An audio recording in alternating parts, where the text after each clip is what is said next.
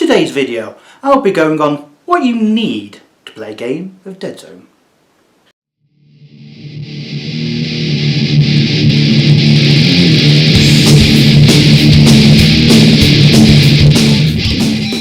The first thing you need is the rulebook. You get them both together because it's split into two books.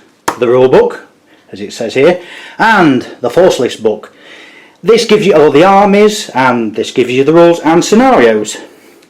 The thing is though, with the companion app there is more stuff added all the time, such as new factions, such as the Macedons and the Night Stalkers, but these give you the fair basic things, and for the most part you don't really need anything else.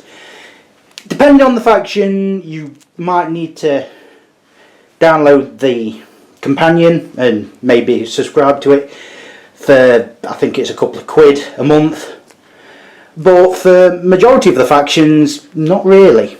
With the rulebook and army list book, you get all these tokens, and you will need some tokens to mark out different things, such as wounds, which are like this. You get wound markers with 1 wound, 2 wound, 3 wound, none with 4 wounds, but majority of models have not really got more than 3 wounds. There are some more extreme that have got 4, 5, and some that even got 7. Not that many though. Next you've got these, which are activation markers. You put these next to models to show they've been activated for a turn. Next one we have is a very important one, the burn marker. If you're attacked by something that's got it burns, then you mark it with one of these to show you're on fire. Next we have a very important one, depending on the faction, mainly Nameless and Vermin, a little bit with a few others, is the prey marker. This means other friend. If you're marked with a prey marker, then enemy models will get an extra dice in close combat. It's not removable until you're dead. Let's see what else we've got. We've got this one, which really is only useful if you're playing Forge Fathers, which is activates when you put this down, should I say, when life support's kicked in. Next we have these, which are smoke tokens. Now these could stay for the entire game. It's potentially random how long they stay, and it makes it incredibly hard for most weapons to actually target models in smoke, and it is a very nice defensive option. We've also got these markers, which could also be life support, so I'm not entirely sure which these are or the other ones with the shield broken thing, but it could be shields for the mainly for the Asterians, but there's a few others that have got shields.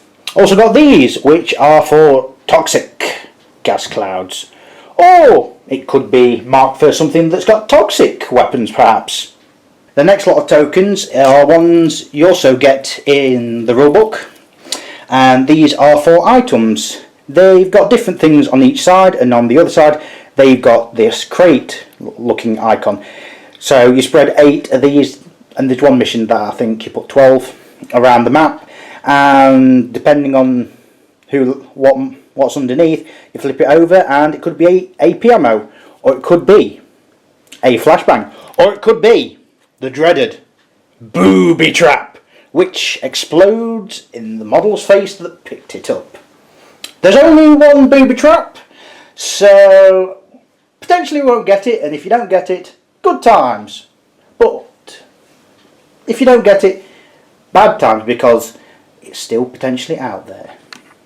You could also get these as hard acrylic tokens, or you could make your own. These are printed off thingyverse, and these give a nice 3D aspect to the tokens. These mean you could use the cardboard tokens as actual items you pick up, and these are crates that you smash open to find the items. This one's got a frag grenade, this one has got ammo. I'll put the link below to who made it on thingyverse. So these are really nice, and you can find them on thingyverse. The creator is very talented. There's also objective markers, which have numbers on each side ranging from 1, 2 and 4, no 3s, and they have different things on each side, usually 1 or 2 or 1 and 4 or 2 and 4, and they've got different pictures on them. These can be used to mark special objectives, which depending on the mission will do different things. However, you could also get these little things. These represent all the pictures of the cardboard objective tokens, and some of them mean different things depending on different missions. They're all one piece apart from this thing. With this thing you have to glue this thing onto this bit, but apart from that they're all one piece. You've got things such as these chemical containers, which are very hazardous. You've also got things such as these, which I mean, they look cool whatever they are. You'll also need command dice. Now, command dice are specially made dice that have different icons on, and I know some of you will be groaning at that, but depending on how you work it, you could use normal D6s and say which icon works as normal D6s. So there's options that way, but if you want to get the more special nice looking ones, this depends on how many players you're getting them for. If you're just getting them for, say, yourself, then you won't need more than 5. There's only very specific situations where you will need 6 for just yourself. For example, if you're playing with a Forge Lord as your leader, you will need 6. Each player always gets 3 at standard, and then depending on your leader and some other special things, you may get extra. So on the facings we have extra dice. This allows you to, well, use an extra dice for something. You can use as many of these as you want, so if you get, say in a turn, 4 extra dice, you can use all 4 if you want. We also have an extra activation, because Deadzone is a case of alternating activations. Usually it'd be you activating model, then your opponent activating model. But with this, you get to activate a model straight after you've activated one. However, you cannot keep using these. So once you've activated a second model using this dice, then you've got to pass it over to your opponent. No ifs, no buts. Next one we have is this, which is officially called a command order, but most people know them as the Mantic Splat. This will depend on what your leader's ability is. Some leaders allow your team to move a bit faster, some allow them to hit a bit harder, and so on and so forth. It all depends on what your leader you take, and can really change the makeup of your force. The next 3 are ones where you can only use them once per model. So I'll try and explain what that means. So we've got an extra shoot. So because you can't do 2 of the same action, you can't do 2 shoots. So, but this allows you to do 2 shoots, and you get all the effects of your ranged weapon. So if your weapon's, say, heavy or indirect, which would be a long action, you still get to use them even if you've moved. This one is a extra fight, which means if you're fighting in close combat, you get to use this to fight again. You also get this one, which is a extra move, so you get to move an extra square of movement, or cube movement I should say. So if you've sprinted as a long action, you could use this to move an extra 1. Or what you could do, if you want to shoot with a heavy weapon, or a weapon that takes a long action, you could use this to move before shooting. All 3 of these sort of commands cannot be used on the same model in the same activation. So that model cannot use a shoot dice and a fight dice and a move dice. They've got to use one of the 3. Not meaning to say they're useless, but that's the options you have to take. You also need D8s, because it's a dice game that require 8-sided dice. And the nice thing about it is they explode. What I would recommend is getting between 6 and 10. The reason being is that, well, I'll go into it now. If you roll dice and say get an 8, you roll another dice until you stop getting 8s. So, as you can imagine, you could potentially roll a hell of a lot of dice in one go. This can be quite surprising, and it can mean that the most pathetic grunt can take out the most powerfulest being. It's not going to happen that often, I grant you, but it could. You'll also need a mat.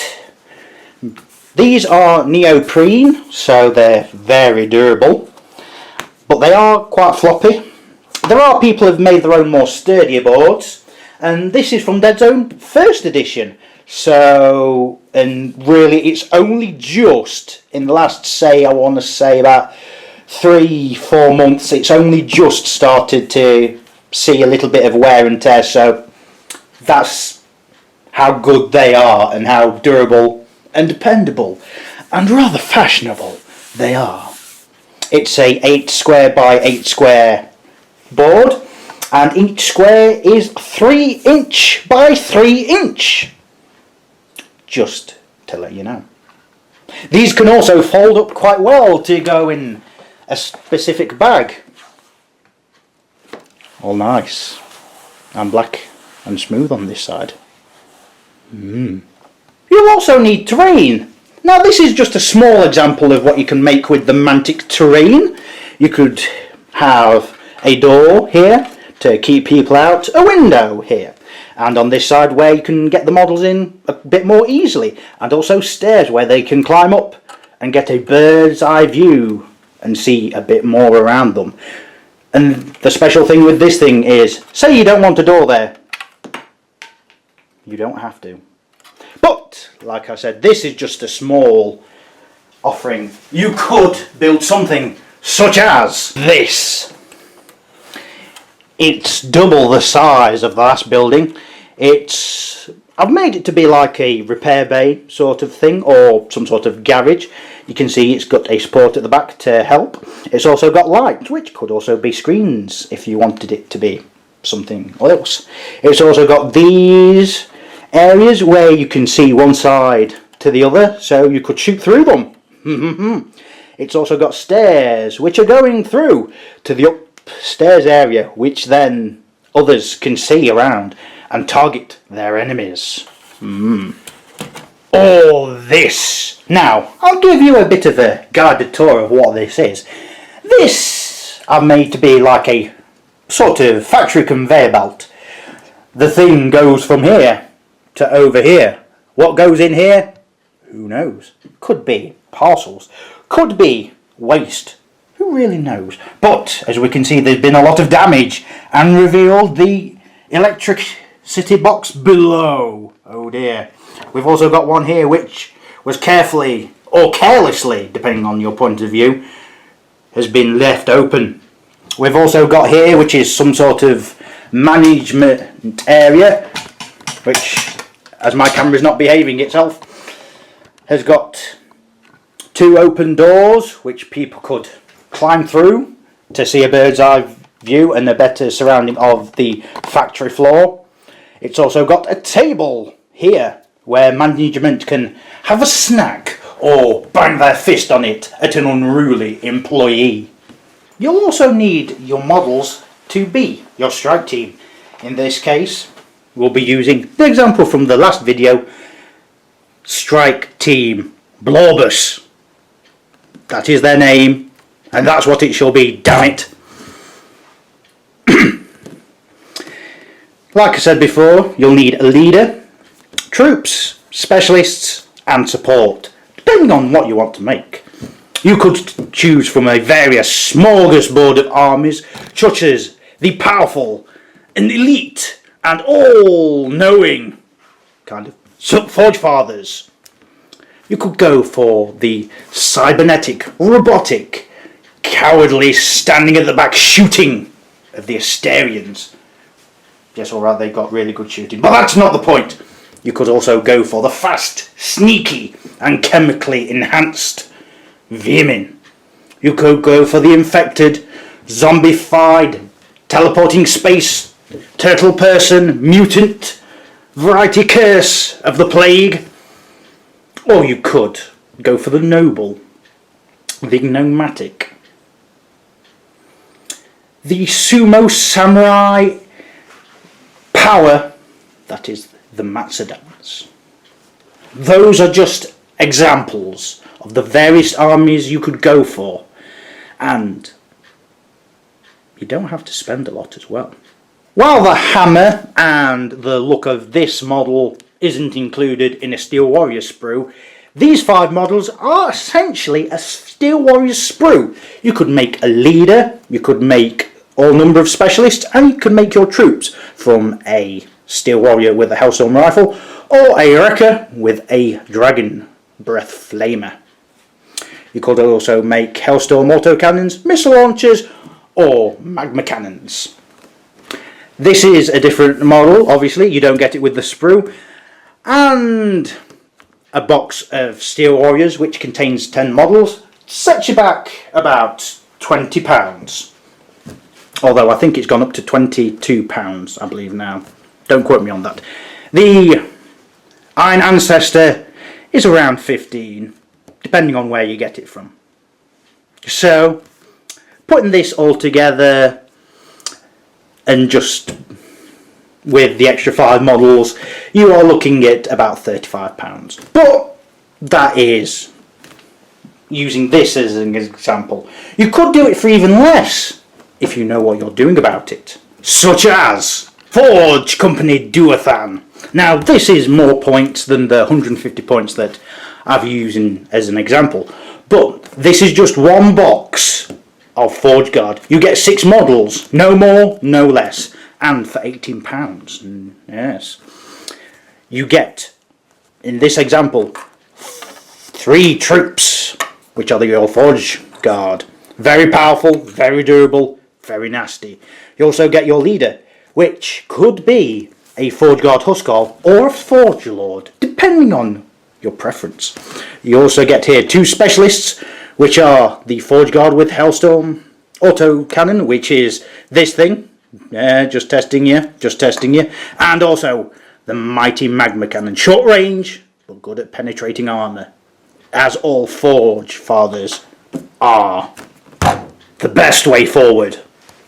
So there you have it. You could get other things such as dice to know what turn it is, markers and other such paraphernalia to put your command dice in to know when you've used them or what you're using them as, or things to put your victory point markers in, which are other tokens that I haven't shown but are actually included in the token set. You could get other different markers for wounds and activations, depending on if you just like different ones, or if you've got the first edition tokens, which are a bit different. You don't get as many, unfortunately, but they are quite nice for what they are. The D8s, well, just get any of what you want. Although, if you are transferring models from Deadzone to Firefight, you will have to get different colours, but that is for another time. Anyway, thank you for watching. Goodbye for now.